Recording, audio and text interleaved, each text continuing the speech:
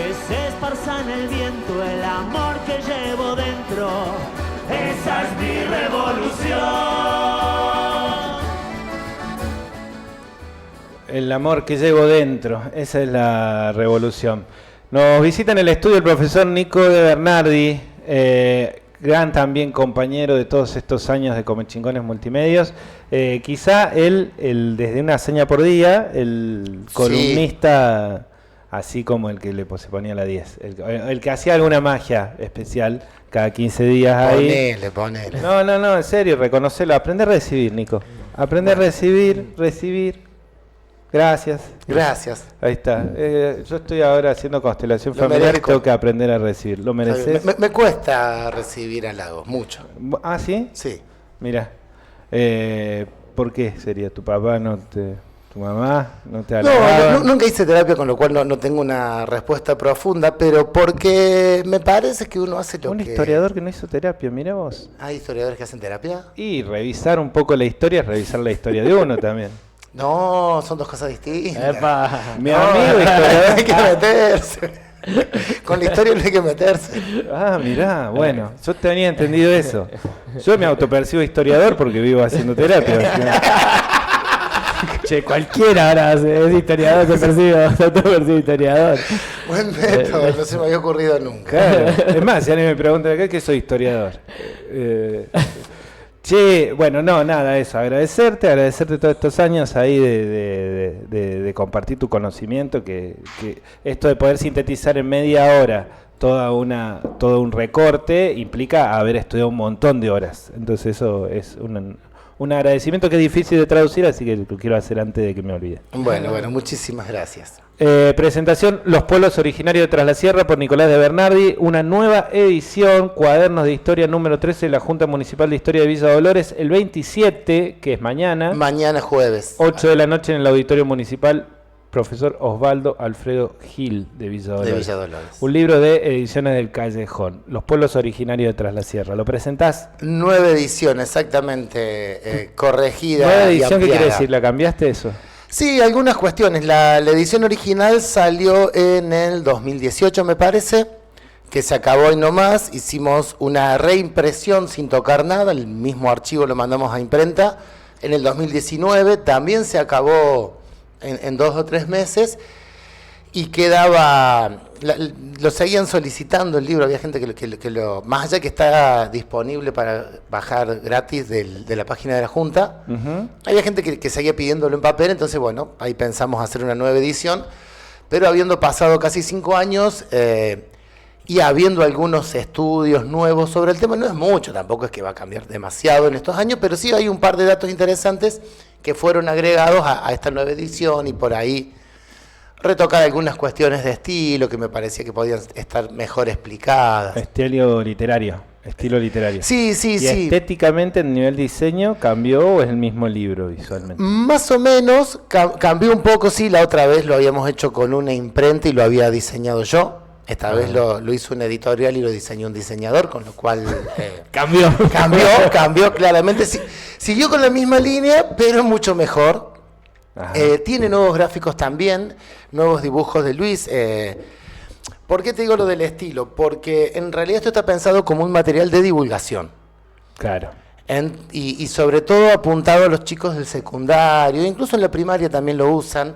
Por eso meterle gráficos, meterle dibujos de la época y por eso tratar de usar un lenguaje que sea lo más llano posible sin que pierda especificidad y contenido. Eso yo creo que fue uno de los mayores trabajos del libro, porque en realidad yo igual con un montón de estudios que he venido haciendo en mi vida por otras cuestiones, por mi trabajo de licenciatura, por un montón de cosas. Entonces, eso un poco lo fui compilando en su momento, pero dije, bueno, quiero cambiarle el lenguaje, porque uno por ahí, acostumbrado a la escritura académica, el mundo académico es bastante críptico, tiene conceptos específicos que no se gasta en explicar, porque todos los que lo leemos sabemos de qué se trata. O a veces lo hacen a propósito para que los otros no entiendan, no sé, por ahí anda. Pero entonces la idea era justamente tratar de hacer algo que sea entretenido y no aburrido. En estos años, ¿cómo has visto que evolucionó o no evolucionó el interés sobre los pueblos originarios? No, yo creo que sí ha ido evolucionando, si bien no podemos tener una mirada muy lineal porque la pandemia interrumpió muchas de estas actividades, sí ha ido aumentando cada vez más el interés. O sea, desde principios de este siglo, te diría, esta parte cada vez viene aumentando ese interés. Cada vez la gente tiene más interés con respecto a los pueblos originarios. Y de hecho se sumó ahora unos 5 o 10 años atrás el interés por los pueblos afrodescendientes, que antes no existían, no se hablaba, no se decía. Yo creo que hay ahí una búsqueda de las raíces, de las propias raíces. Ahí está la explicación, pues te iba a preguntar eso, ¿a qué se debía? ¿A una búsqueda? Mira, sí, yo creo que sí, es medio profunda la explicación. Yo no sé si daré en el clavo exactamente, ¿no es cierto? Porque, a ver, tampoco nada es unicausal, nada se debe a una sola cosa, hay muchas cuestiones, pero yo creo que... Como la inflación. Sería. Como la inflación. Y como la inflación, esta sensación de crisis que tenemos en nuestro presente, porque hay una sensación generalizada de crisis, más allá de la postura política, porque el que sea libertario la tenía hace 2 años atrás, ponele. Sí, ahora también, claro. Y no sé, pero ponele que sí. Entonces esa sensación de crisis presente te lleva a revisar el pasado, es decir, ¿cómo llegamos hasta acá? Y no necesariamente ese revisar el pasado es lineal y decir, bueno, a ver, reviso los últimos 25 años para sacar una línea clara, sino que a veces te vas más atrás. Yo creo que hay ahí. Alguna vez esto lo hemos hablado. Nuestra sociedad parece en este momento una sociedad que no tiene un concepto de futuro. Es muy difícil vivir sin proyectos. Y nadie tiene una idea de un futuro mejor. Sinceramente, o sea, a lo máximo que aspira nuestra sociedad es a mantenerse como está. Y eso lo ves, por ejemplo, en la estética, en la gente que va cumpliendo cada vez más años y se sigue vistiendo como si tuviera 15 o 20. ¿Sí? Es difícil aceptar el futuro cuando te parece que vas a estar peor de lo que estás actualmente. Es jodido esto, pero hay estudios hechos, inclusive para las generaciones más jóvenes que están estudiando. Tradicionalmente siempre se tenía la idea de que con el estudio uno iba a poder estar socialmente mejor que los padres, social y económicamente mejor que los padres. Había como una cuestión de ascenso social permanente que hoy ya no está. Hoy un pibe que estudia no tiene garantía de que con eso va a tener una vida digna, ni un trabajo digno. Entonces, esa incertidumbre que se plantea el futuro, esta sensación de crisis en el presente, y bueno, te agarrás de lo único firme, que es lo que ya pasó. Che, ahora que mencionaste eso, y mencionaste lo de la dignidad, lo de la vida digna, me acordé porque era algo que quería preguntarte. Tiene que ver con que llegar a una vida digna es distinto a los parámetros que teníamos para una vida digna hace 20 años atrás o hace 40 años atrás. El tema del concepto de llegar a dónde está la dignidad sería. Sí, más o menos, no necesariamente. A ver, hay una cuestión de un concepto de dignidad que es personal y que ese puede ser similar al de hace unos años atrás. Y hay otro concepto por ahí social que se parece mucho más al consumo. Ahí me parece a mí, acá estoy tocando de oído, ¿no es cierto? Pero me parece a mí que desde las publicidades de los medios te venden como lo que vos... porque ¿qué es la dignidad? Acá también nos estamos metiendo en terrenos pantanosos, ¿no es cierto? Pero podríamos definir algo así como sentir que uno recibe lo que merece por lo que está haciendo. Y eso que te mereces cada vez más se aleja de lo que son las cuestiones más espirituales, más el tiempo de descanso, el tiempo de disfrute, a consumo, tener esas zapatillas, comprarte el último iPhone, para los chicos la Play. Entonces, claro, se hace muy difícil sentirse que uno gana lo justo cuando te dicen que te tenés que comprar todo el tiempo más y más cosas. Nunca te va a alcanzar. Y yo creo que en ese baile estamos metidos. O sea, eso te digo, como que la dignidad está cada vez más cara. Esto absolutamente. O cada vez hay que juntar más para la dignidad. Sí. Para esto, una vida digna, ¿no? Esta respuesta de... ¿Qué es para uno una vida digna? capaz que, o sea, no para todos, yo creo que conozco un montón de gente que justamente no se basa en el consumo, sino en otro tipo de disfrute. Che, ¿y ahí vos ves algún puente, algún clic con esta pregunta que te daba más temprano, recién, que esto de, bueno, vamos a buscar cada vez más o hay más interés en los pueblos originarios? ¿Vos ves? Porque, a ver, esto es mi búsqueda, ¿no? Desde que llegué y qué sé yo, ha sido, estos tipos vivieron, no sé, 2.000, 3.000, 5.000 años sin Occidente y aquí vivieron y estaban y dejaron cultura y dejaron movida. Y nosotros en 200 años, ciento y pico, venimos como da la sensación de que venimos rompiendo lo medio todo, ¿no? Alguna verdad debe haber ahí en eso. Yo, por lo menos, mi búsqueda con respecto a entender los pueblos originarios está yendo por ahí. Como decir, bueno, filosóficamente, ¿cómo eran? ¿Dónde estaban parados? Digo, ¿estaba la muerte adelante? ¿O era un paso? ¿Era un puente? Digo, estoy buscando ahí algunas respuestas. En esto de, bueno, la dignidad es cada vez más cara. ¿Vos ves algún puente eso y buscar al pasado o es moda como Mirá, Felipe Piña?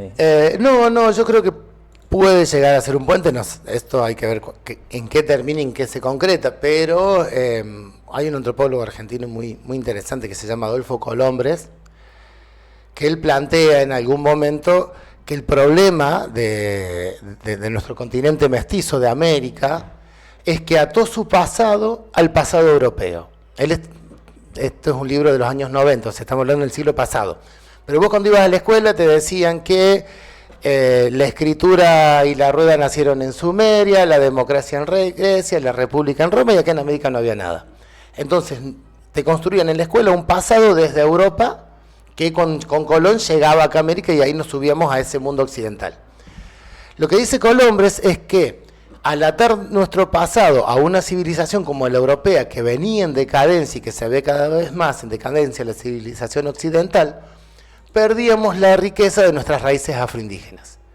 Que en realidad no hay que renunciar a lo europeo, sino hay que sumar a nuestras raíces europeas, nuestras raíces afro y nuestras raíces originarias, y eso le dan a América particularmente una riqueza cultural que no tiene otro continente porque no ha tenido este nivel de inmigración. Habría que ver a Europa en unos años cuando todos los africanos que se están yendo a vivir y que cada vez son más, penetren culturalmente en Europa, que más tarde o más temprano va a terminar sucediendo. Pero en América esto ya pasó hace entre 500 y 200 años atrás, o 100 años atrás, ponele, con la inmigración, tanto voluntaria de los europeos como forzada de los africanos que los trajeron para venderlos.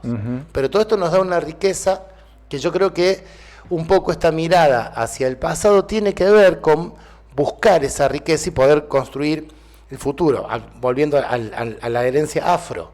La sankofa, ¿viste el dibujito ese como unas heces enfrentadas que están en las rejas? Sí. Bueno, eso es un símbolo afro. Los principales guerreros coloniales eran africanos, esclavizados, y metieron su simbología. La sankofa es un dibujo estilizado de un pájaro con un huevo en la boca mirando para atrás.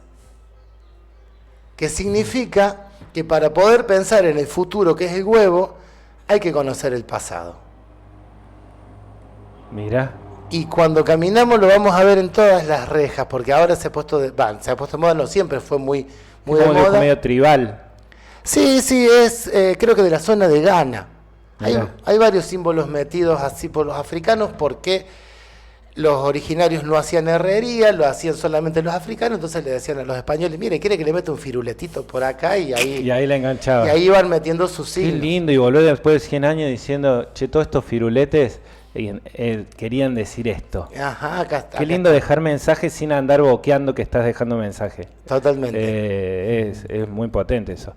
Che, hablamos durante estos años de gauchos, hablamos de migrantes, la migración europea en la ciudad, hablamos también de los pueblos, hablamos de varias veces también cuando nos tocó hablar de lo regional, de Pocho, de la potencia pochana, del dique, de la formación del dique. En estos tiempos tan blanco-negro, ¿hay alguna síntesis posible de decir, bueno, en Tras la Sierra somos esto? Y me parece difícil. A ver, si uno lo ve desde la historia, el somos siempre está cambiando. En Tras la Sierra somos esto ahora. No éramos esto hace 50 años atrás. Y no sé si seremos esto mismo dentro de 50 años. La identidad tiende en cierta forma a cristalizarse, pero en realidad esa cristalización es muy relativa. Porque cualquiera te podría decir que hace 50 años acá en Tras la Sierra nadie usaba celular. Porque no existía. Claro. Pero nadie lo usaba. Claro. Entonces los transerranos no somos sin celular, podrías decir.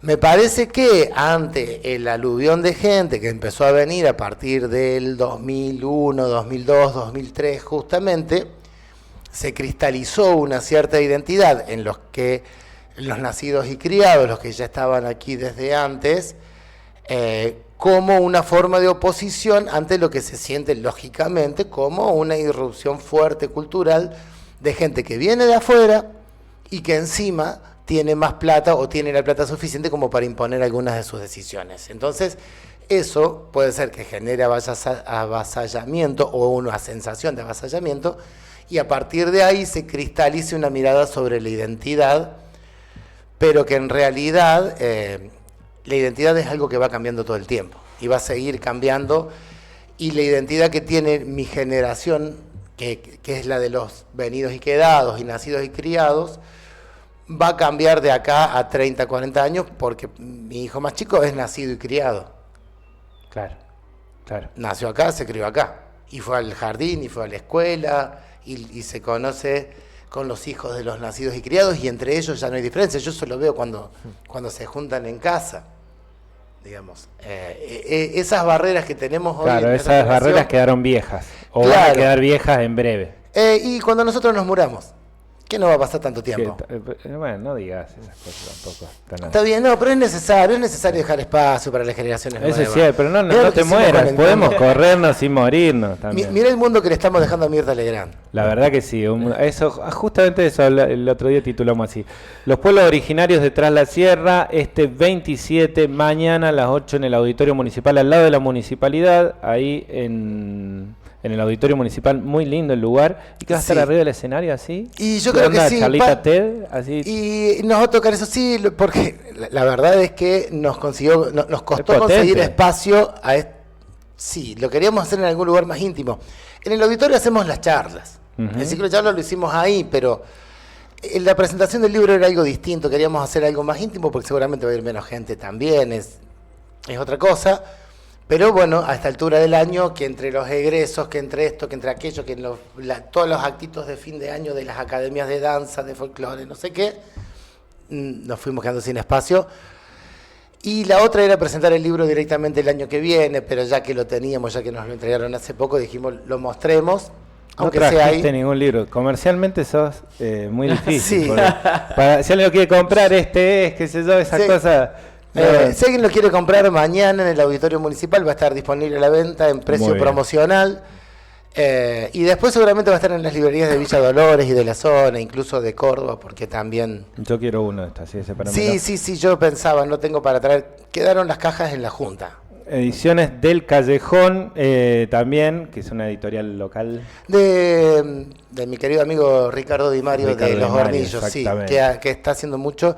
Es una editorial sobre todo orientada hacia la poesía, ¿no es cierto? Trabaja mucho con poetas, pero bueno, también ha ido sacando los últimos 2 cuadernillos de la Junta, el de Nono Afroindígena de Rodrigo Navarro, y los hicimos por Ediciones del Callejón. Rodrigo Akiki. Navarro Akiki, exactamente. Rodrigo Akiki. ¿Y de qué vendrá? ¿De Japón? Creo que sí. ¿De Japón? Creo que la mamá... bueno, en realidad el padre creo que viene de línea vasca. No sé si Akiki será un apellido vasco. Puede ser. No sé.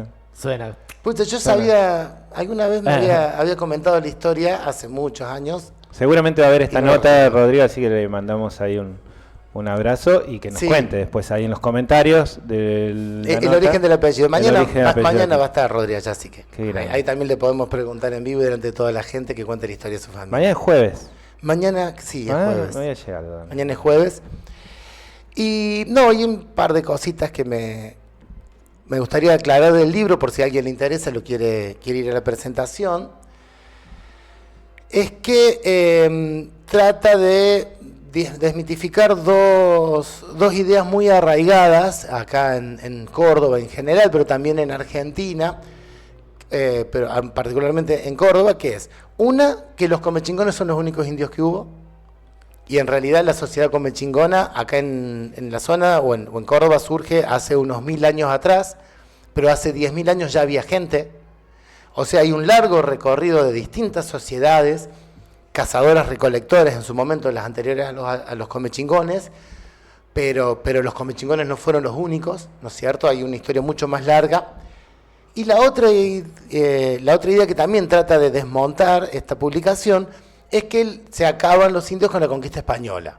Porque eso sí, hay todo un trabajo desde principios del siglo XX de Pablo Cabrera, de Antonio Serrano, de decir se extinguieron con diferentes argumentos. Y en realidad no se extinguieron, entonces la publicación reconstruye la historia de los pueblos originarios desde hace 10.000 años hasta la actualidad.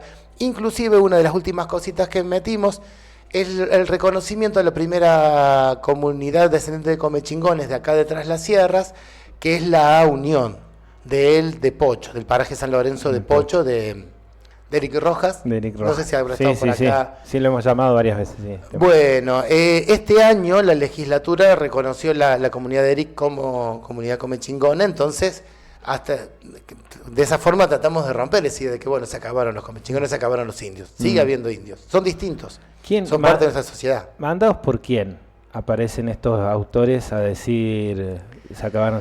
No, mandados por la época. Yo no sé, no hay una construcción consciente, sino que es un reflejo del momento. ¿Qué pasa hace 100 años atrás? O sea, en ese momento honestidad intelectual había en eso, ¿vos crees? Y yo creo que sí. Yo quiero creer que sí. Ojo, hay honestidad intelectual y también hay intereses. Pablo Cabrera, que es el que monta esta idea principalmente, era obispo de Córdoba, estaba a cargo de la cátedra de etnografía de la universidad, poquito tiempo después de la Reforma. ¿Que Monseñor Pablo Cabrera? Claro, él mismo, estamos hablando. El mismo que viste calza la sotana. Claro, pero ¿qué hace? Pero Pablo Cabrera además era un tipo grande en ese momento. ¿Qué pasaba en ese momento? Se venía en banda el modelo agroexportador después de la Primera Guerra Mundial y sobre todo después de la crisis del 30, entonces dicen, bueno, ¿será que los ingleses nos engañaron? Porque en toda esa etapa anterior había una cuestión muy anglófila, acordate Alberti, Sarmiento mirando a Europa. Cuando se empieza a venir la crisis, lo que dicen es, bueno, capaz que no eres el camino, revaloricemos lo español. ¿Y de qué manera lo revaloriza Pablo Cabrera? Que no es lo único que hace, él tiene otros trabajos por el estilo, es decir, bueno, acá había una comunidad originaria hasta que llegan los españoles, se corta la historia ahí y a partir de ahí comienza una nueva historia, que es la historia de la colonia, donde él, por ejemplo, pero muy claramente en su libro, cuando habla de los conquistadores españoles, los menciona como nuestros héroes, estos bravos con militones y cuestiones así. Cuando habla de los originarios dice los salvajes, los bárbaros. Sí, claro. Claramente hay ahí una demonización de los originarios, un ensalzamiento de los españoles para fundar un pasado que no iba en contra de los indios, sino en contra de los ingleses en ese momento, pero que a los efectos los que la pagan fueron los indios. Muchas gracias, Nico de Bernardi. La verdad, clarísimo todo, como siempre. Muchas gracias por todos estos años de tu compromiso. Y nosotros vamos a un pequeño corte cuando pasaron 2 de las 10 y ya venimos.